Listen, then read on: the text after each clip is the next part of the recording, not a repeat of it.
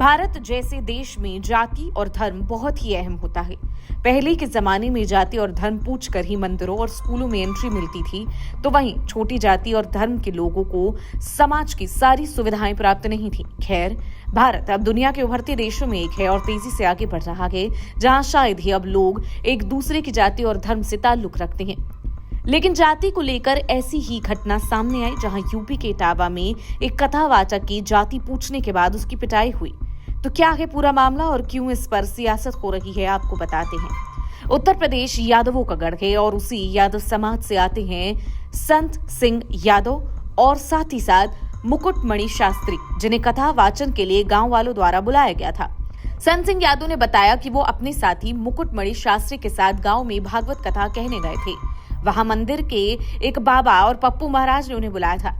कथा शुरू भी हो गई थी, पहला श्लोक हो चुका था, लेकिन शाम को गांव के कुछ लोगों ने कथावाचकों से उनकी जाति पूछ ली।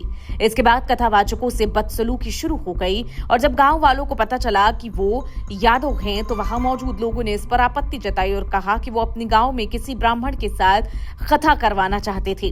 संत सिंह यादव ने बताया कि उनके साथ मारपीट की गई, बाल काटे गए, एक महिला से जबरन पैर पर नाक रगड़वाई गई और कहा गया कि ब्राह्मण का मूत्र डालकर उन्हें शुद्ध किया जा रहा है। इन सब के अलावा उनका मोबाइल छीन लिया गया। 25,000, एक चेन और 4 अंगूठियां भी ले ली गई, लेकिन बाद में 3 अंगूठियां लौटाई गई।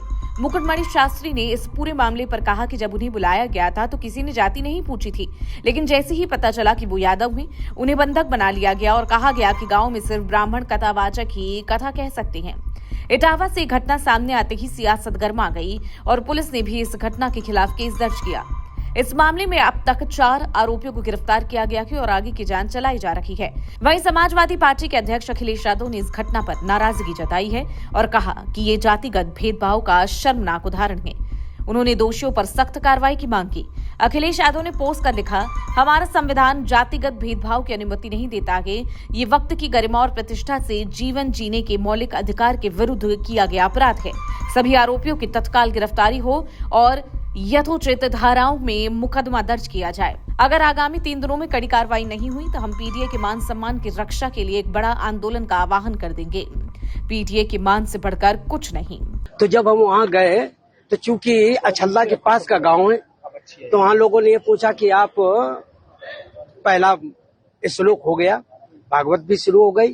शाम को उन लोगों ने पता लगाया होगा, तो वो बोले कहाँ के रहने वाले, तो हमने कहा हम रहने वाले तो कानपुर के हैं, यहाँ छल्ला भी हमको हो गई 20 साल रहते रहते।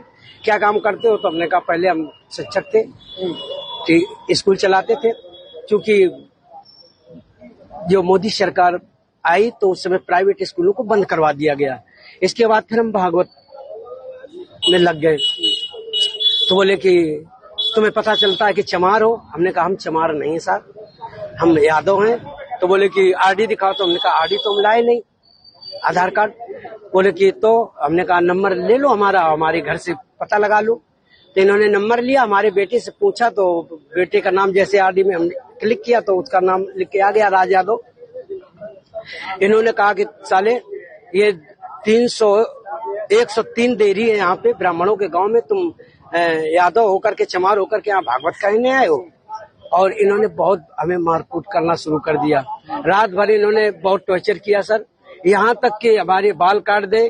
और जो परीक्षित बना था, परीक्षित की मैडम से इन्होंने मूत्र, बोले भाभी आप अपना मूत्र ले आओ, उसे मूत्र से हमारे ऊपर छड़का इन्होंने। बोले ये अब पवित्र हो गए, ब्राह्मण के ये मूत्र तुम्हारे ऊपर पड़ गया, अब तुम पवित्र हो गए, अब बताओ।